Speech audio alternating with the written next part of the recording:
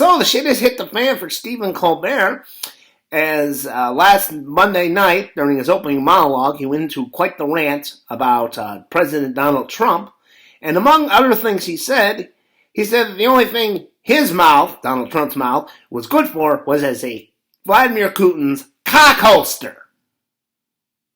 Wow, quite the words. Anyway, Twitter has lost its mind over this cockholster remark, with some people calling for Donald Trump to be fired for what they see as a homophobic remark, while others are defending him. For me, it's just a constant reminder why I just never want to side with either conservatives or liberals or ever be a Republican or a Democrat, because they are all just so fucking two-faced, and they just switch their positions based on if their side's in power or not. The rules that they have, that they try to inflict on others, they will break and act as though they never had those rules. And this is a perfect example of it. Let's start with the conservatives. Well, actually, no, we'll start with the liberals. Like I said, a lot of liberals, are defending Stephen Colbert, say, hey, it's just a joke, lighten up. Why do you have a problem with this?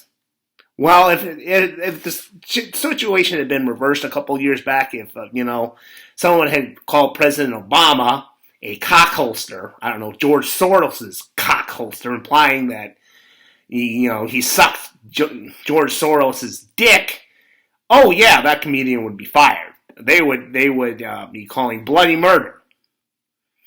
And now they're not. They're like, oh, come on, it's just a joke. It's Stephen Colbert. I mean, what are you all bitching about? And with the conservatives, you wanted PC culture to die. It's dead. What are you bitching about? And I've seen this a lot with them, because they were the ones always complaining, all these liberals, they're such snowflakes, they get triggered.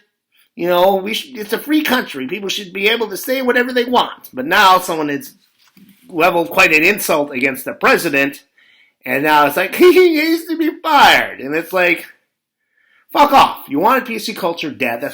And they voted for a guy, Trump supporters. And there's a lot of them calling for Stephen Colbert to be fired, saying, he said, cockholster, well, you're the guy you voted for, got caught on a bus, talking about how he grabs women by the pussy. And so many other damn things. Like I said, PC culture is dead. This is a result of that. Now the liberals aren't going to follow that shit because, Donald Trump's president. They can't hold back now. So they're going to be saying all sorts of horrible things, and you're just going to have to deal with it because you're the ones who went and killed PC culture.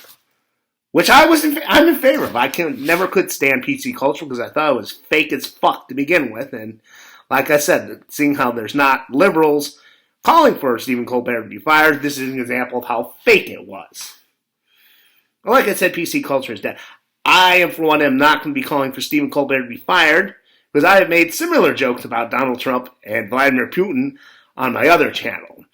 The way the joke went was Vladimir Putin is visiting Donald Trump in the White House, and Vladimir Putin's like, oh, Donald, you got to see this fabulous clock I got. And Donald Trump's like, well, I've seen all sorts of clocks. I don't see why this one is fabulous. Vladimir Putin's like, oh, no, I have such fabulous clock. Let's go see it. I'll show you. Donald Trump's like, I don't see you have this clock on you. It's like, yeah, let's go in the Oval Office. I'll show you my clock. So they go in the Oval Office. About 2 minutes later, they both come out. Donald Trump is furious. He goes, Vladimir, learn your English correctly. That's not called a clock.